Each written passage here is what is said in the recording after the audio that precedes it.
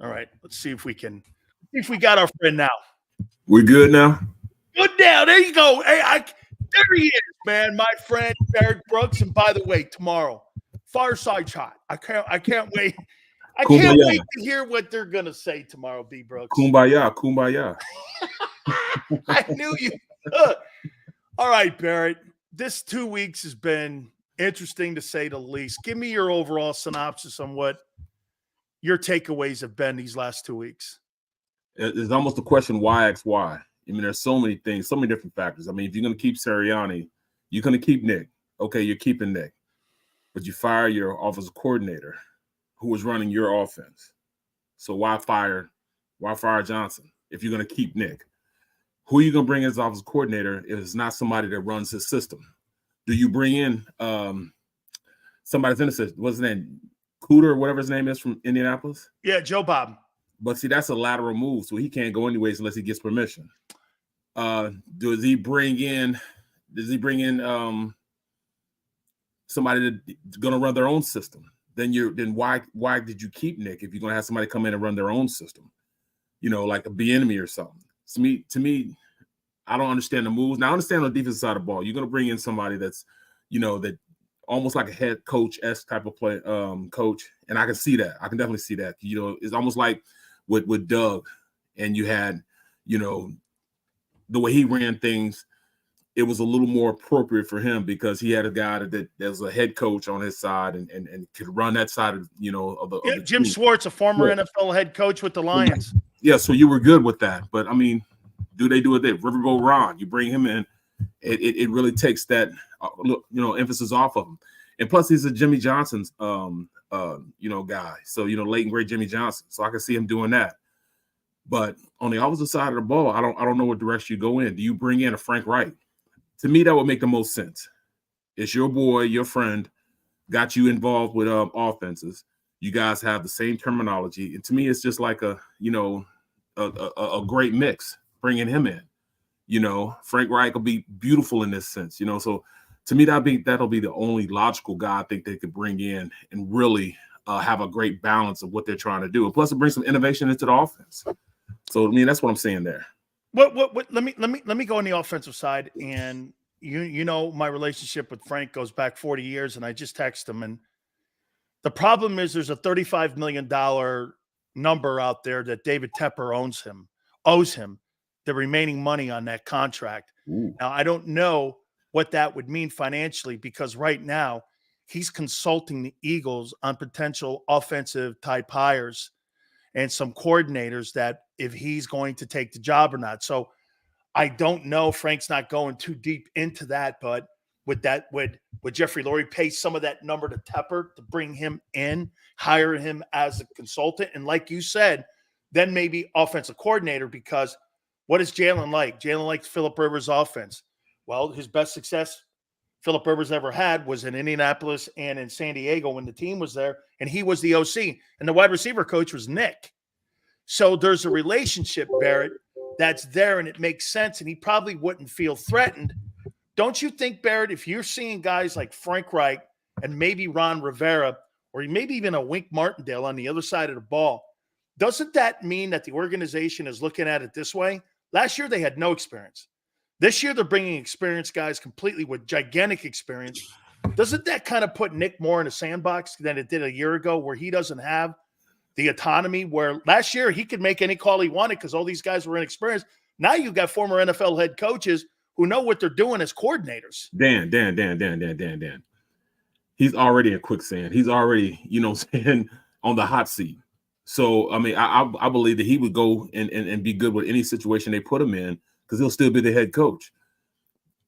You know, you're confident in yourself. You allow these guys to come in and let them do their thing, and you just be a Tomlinson. You know, sometimes you got to be a Tomlinson. Nothing wrong with that. That wins. It won for, you know, Pittsburgh for all those years.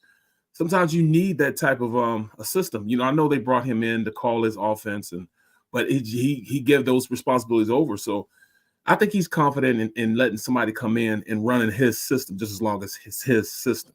You know, I don't think he'll have a problem with that.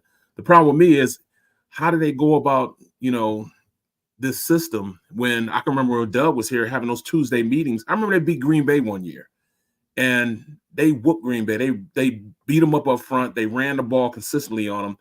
And Doug was in a meeting, and they got on him about running the ball instead of having a prolific throwing offense. To me, that didn't make sense. But they want a throwing offense here in Philadelphia. They want the, Tom Brady-esque type of offense, and they're just not going to get it, with Jalen, and they've got to, come to grips with that. Barrett, I would ask this question tomorrow at that press conference. Okay, let's not blame anybody. Yeah. But let's ask the question. So when you were 10-2 and you decided to change, they basically fired Sean Desai in the last 4 days twice in the last 3 months.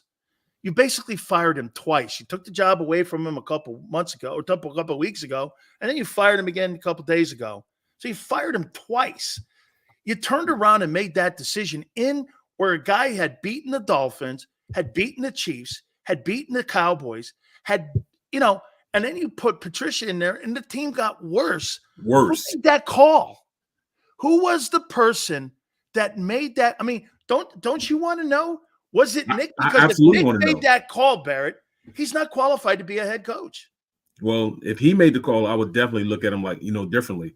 But honestly, I don't think he would make that call. Though. No, I don't think he would make that call. I think it was somebody above him that made that decision for him, because he doesn't seem like he's that type of guy, that he would do his coach like that and undermine his coach, especially when he's seen that defense work when they had an opportunity to. They were learning. They just learned this defense over the off season. They were barely into that defense, so they really didn't know it and have a grasp to it anyways. So I thought they had great games against Dallas. I thought they had great games second half of Kansas City, against Miami. Rams. The Rams, they stopped great quarterbacks, and then to undermine them like that, I understand, you needed something to stop the bleeding, but I don't think it's necessarily the fault of, the coordinators. I think it was more so in Nick and having this Breakfast Club type atmosphere in that locker room. You just cannot go, bro.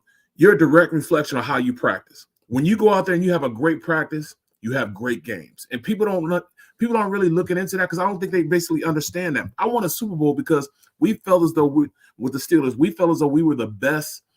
We played against the best guys in the NFL in practice every day. So I know I'm going against Joey Porter. I'm going against Troy Polamalu. Ben's going against Troy Polamalu, getting those guys. Ryan Clark, guys that can go out there and really be great players. When you play against great players, you play great. So when we got into a game, it was easy. It was easy because you're going against guys that aren't better than the talent you just played against in practice every day. It got to a point where Cowher would tell us, hey, guys, if you don't stop hitting each other and going so hard, I'm going to send you guys in. And we'll do it for like 2 or 3 plays. We'll do it the way you want it. Bam, here we go again, fighting, scratching, and clawing again, because we understood how we practice will be a direct reflection of how we played on Sunday. We go out there and we're playing around and jumping off sides and making mistakes. They'll eventually go into the game. I think they practice so soft that they couldn't turn it on Sunday. When you don't practice hard Monday through Saturday, you're going to get those type of results on Sunday. So when I looked at them, I was like, first 10 games, they won because they stepped on the field and they were the Eagles. Oh, they're playing against the Eagles. And teams kind of, like, oh, the Eagles. But then after the word got around, like, this is not the same Eagles team. This is not the tough, rough Eagles team we played against. You can hit them in the mouth and they won't do anything about it. And from that point on, teams put it on the Eagles. You could definitely tell the way teams looked at them. It's like, all right, we're no longer scared of you. We're just as physical, if not more physical than you are. And the 49ers set that game plan up. And from that point on, nobody feared the Eagles. And that's why they got their ass kicked for the rest of the year. And every game after that looked the same. It wasn't like, Seattle, the Bucks, all those games, they looked the same. But Barrett, Dan, but look at this. So Dan, you remember in the second to last game, the last Giants game. Yeah. When the linebacker jumped over the line of scrimmage and hit Jalen late, not one person turned around and fought for him or picked him up off the ground. Even Malata. What is that? To me, that shows how soft they had gotten and how they protected him. You know what I'm saying? That to me, that's a team that really checked out, that didn't want to be out there and weren't thinking about taking it to that next level. It didn't matter who we played next. It never mattered who. I mean, they could have played against Little Sisters of the Poor. They'd have still lost because they had checked out. And I can sit in front of a player right now and say, hey, did you play as hard as you played last year? Did you play as hard as you played at the beginning of the year? They have to be honest with themselves and say no. They can't be honest with themselves and not say no. They just Barrett, didn't have it. do you think that this is a locker room issue, or do you think this is a personnel issue? It has nothing to do with personnel. They are still in 2023 the most talented team in the NFL, bar none. The most talented team in the NFL, even more talented than the 49ers. In fact, they're the only team that really could, player for player, beat the 49ers. Besides, they're more talented than the Ravens. But at the end of the day, they're the most talented team in the NFL, and they just don't have that backbone, that intensity, that swag that comes with being the most talented team. They just thought everybody's going to, fall over because they're the Eagles. No, you got to hit guys in the mouth. It's any given Sunday, and those guys went out there and played like it was any given Sunday. They hit him in the mouth and made him like it. Barrett, let me go here then with that, because, I try to tell people, there's people like you, me, and then there's people in the room like Levon Kirkland. These people have no personalities whatsoever, and they will fuck you up. And there's people like, you can mess with guys like any small dynamic that changes the culture in a locker room. Man, it's not a microcosm of society, because inside that locker room, there's 53 chairs. And I'll tell you what, man, everyone fights for one of them chairs. And it's a rough environment in that bitch. You better be prepared for everybody's personality. And I say this to you, when they made that move for Desai to be taken away and they put Patricia in there, this is my opinion. I think the defensive guys didn't want to play for him. And it showed that they didn't want to play for him. And to me, you had guys in that locker room not defending the Desai decision to put him up in the Howie locker room or put him in the broom closet, and they put him up there for his display. If you're not going to fight for an assistant coach, Nick, and Jalen's not going to fight, or no one's going to fight for these assistant coaches. Look at Wink Martindale. They fired two guys. He walked into Dable's office, Barrett, and he screamed at Brian Dable. He lost his job because he was defending him. Don't you think when you look at it, you go like this? Darius Slay gets a knee surgery, a microscope, doesn't go to Seattle. And right. All that stuff they just looked like they didn't want to play on defense for Patricia. And it looked like the locker room to me wasn't about Nick, so to speak, but Nick's authority was challenged. And I just looked at it like that Desai decision, in my opinion, fractured the room. It fractured the room. Yes, it did. But it all comes with what you do throughout the week, and what you didn't do throughout the week, and what you did do throughout the week dictated how you played on Sunday. And when you didn't have a culture where guys believed in the guy, it's hard for you to go out there and really play fast. I mean, if you don't know what to do, first of all, you're going to play slow because you're thinking instead of just reacting and being, and you're not playing emotional because you don't know what to do and how to be emotional about the situation you're in. That's number one. But when you see guys like Bradbury coming up to try, I'm not even going to say he tried to tackle him. No. He tried to take his flag. That's what I was looking at. I thought he had a flag on it. He tried to take his flag. You know what I'm saying? He said flag too, just to be candid and make sure out there. He tried to take his flag, and he said he didn't let him take his flag. Those are the type of things. And you saw that, that just the lack of understanding. As a defender, you got to play gap control defense. And how many times did you see three guys in one gap? How about the pursuit angles?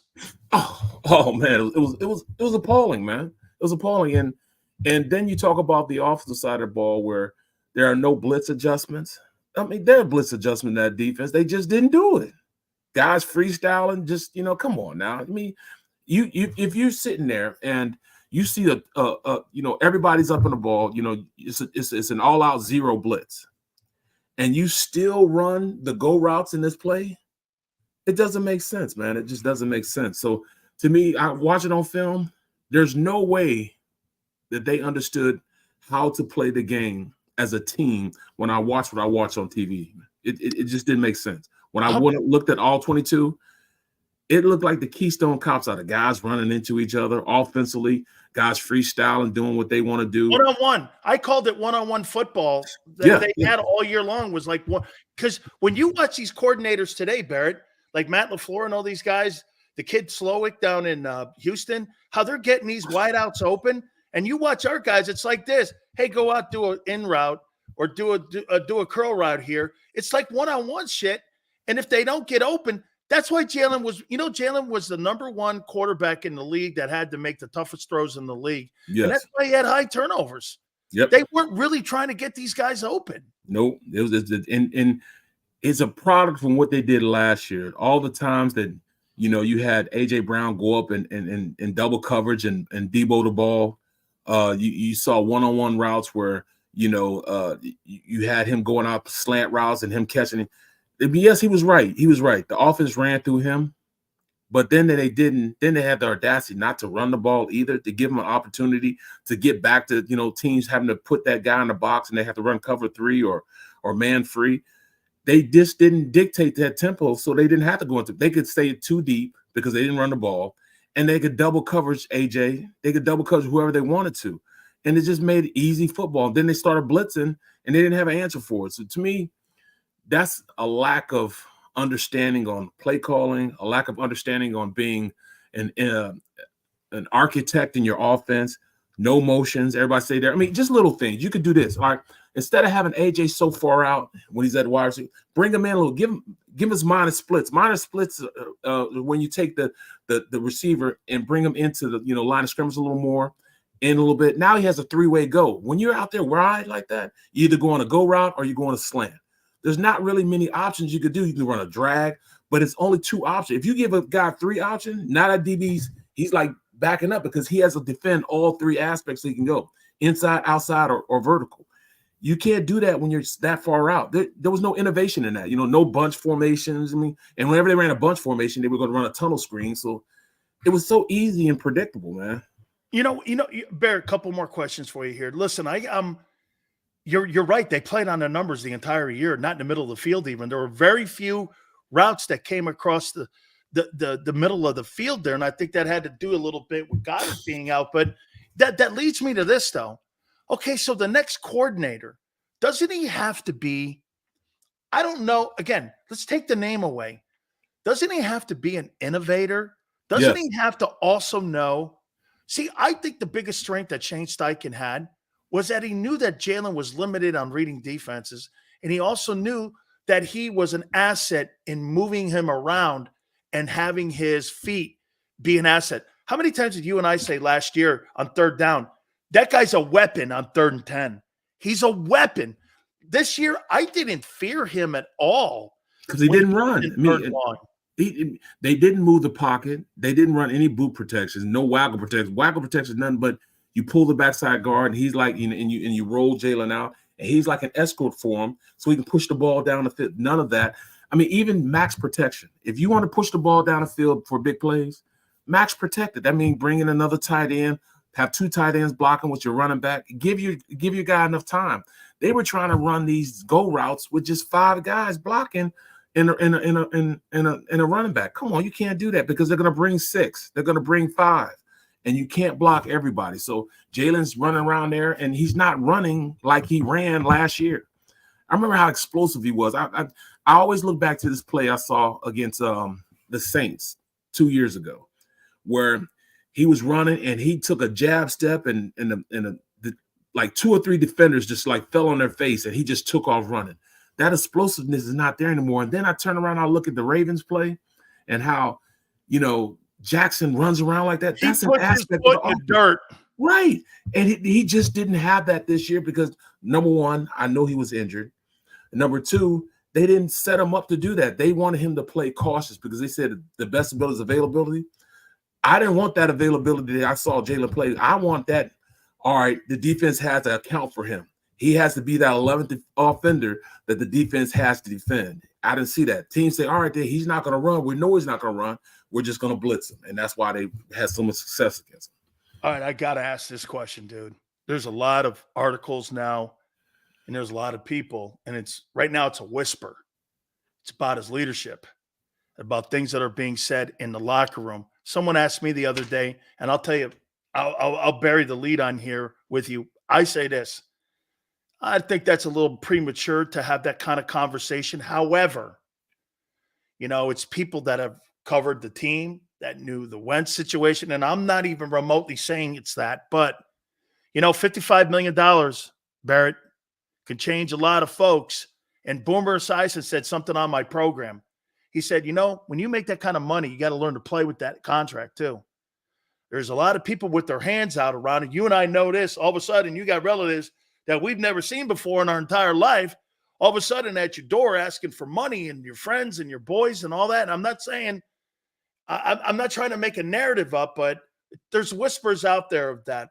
What's your take on that? And I mean, he did it like, how about this? Josh Allen backs Joe Brady coming back. Dak backs Mike McCarthy. You hear people talking, even CJ Stroud talking about Slowick, the offensive coordinator. When Jalen had opportunities to defend Nick or back Brian Johnson, he didn't. Let's hear what you think. I'm thinking this. I'm not going to say anything about who Jalen is a leader, because I mean, every time he stepped on the field, he's gotten better, with the exception of this year. Throughout his career, he prided himself on being great at going back, analyzing what he did, and be a better version of himself the next game, the next play. I didn't see that this year. Number two, I'm not going to say anything about it, but listen to what, Covey said. Covey said, well, I've always had the time to go in and talk to any coach, an open door policy, but I didn't because, I was scared to death to go in there. He equated that to the same thing as Jalen Hurts. I believe I could go talk to him, but I never did because I was scared to death. I've never been around a player that I was scared to death to go talk to. Never. And if a player I thought would put himself in that type of era about himself, I'd let him know. You mean like unapproachable? Yes, unapproachable. Yes. Saying he was unapproachable. Then this is Britton Covey. That's not me saying this. This is Britton Covey's own words. Saying, that he was scared to death to go talk to him. So to me, that's never been who Jalen was. And if it became that side of him is now being given to his team, that's pretty damning. And that's something that, he's going to have to, do something about. Barrett, but don't you think too also, maybe the team in the locker room perceives him differently, and he's not really changed because he's kind of an introvert. You know what I mean? Always been, yep. I mean, that's not, and again, here I am now defending him going, he's more of an introvert. He's kind of like Derek Jeter. He's not going to be a rah-rah guy like a Gary Sheffield guy. He's going to try to lead by his production on the field. And so to be a vocal guy like that, Barry, this, not everybody's a vocal dude like that. So I'm not asking that though. I'm not asking that. And that's why I say I don't know, because I'm not in the locker room, but I'll say this. If he'd have changed and been that rah-rah guy, then it'd have been a lie. And I didn't want that aspect of him. He's not a liar. So I wouldn't want that aspect of him being portrayed out there on the field. He's not a rah-rah guy, so I didn't expect that from him.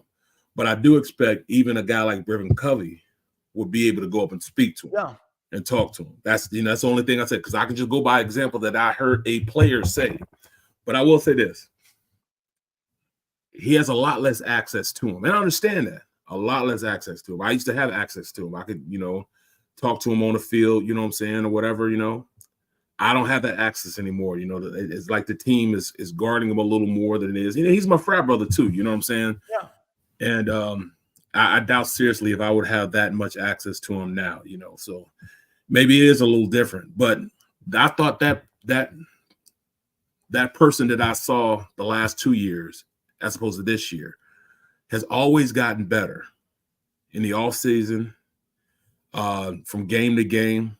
I did not see that this year. And that's what I'm gonna say about Jalen's performance. I did not see that. I'm gonna rip that, because to me, if Mike Tomlin is the head coach of that, Mike Tomlin puts everyone's ass on blast. And Big Ben made all the money, but Big Ben took all the shit too when things weren't right.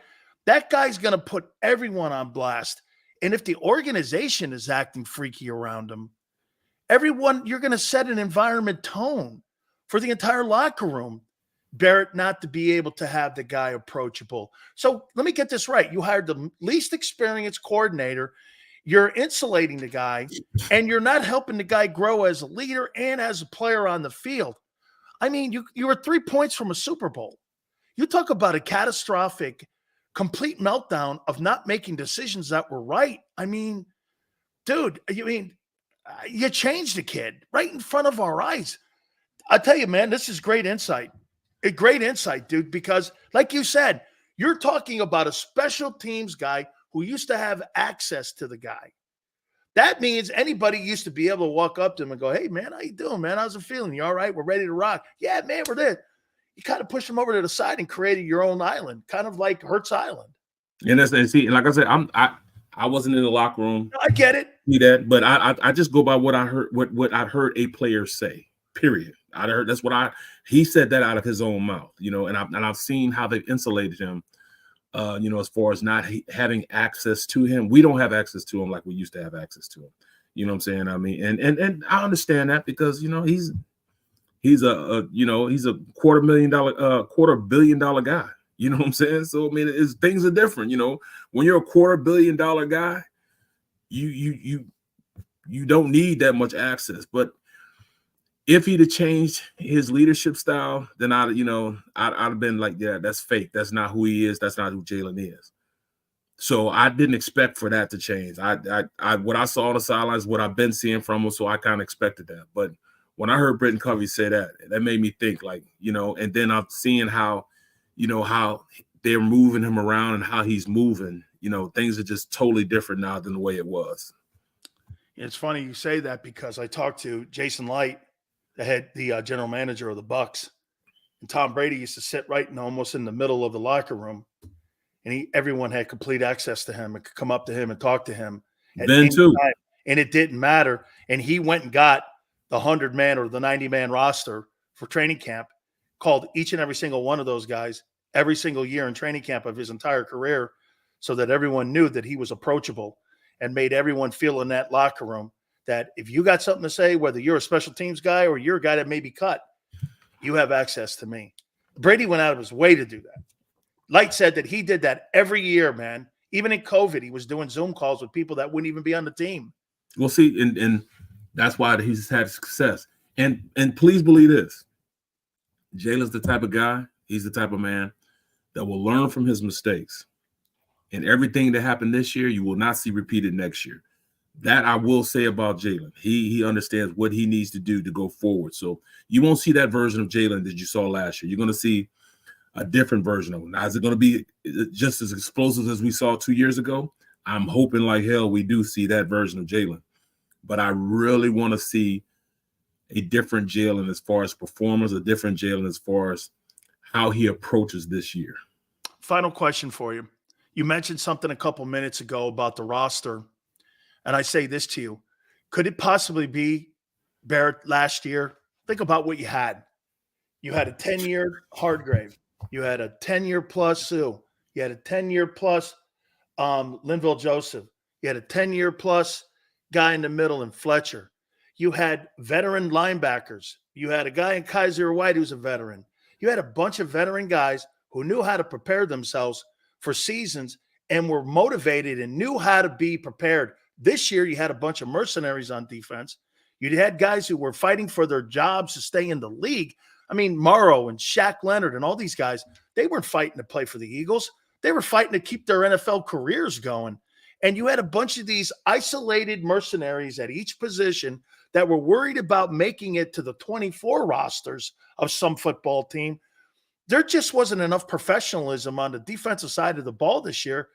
You lost a ton of professionalism last year. I think that's what led to not being prepared and them running out of gas. Well, that's what I'm gonna do. Fans of the Eagles, this is what I want you to do.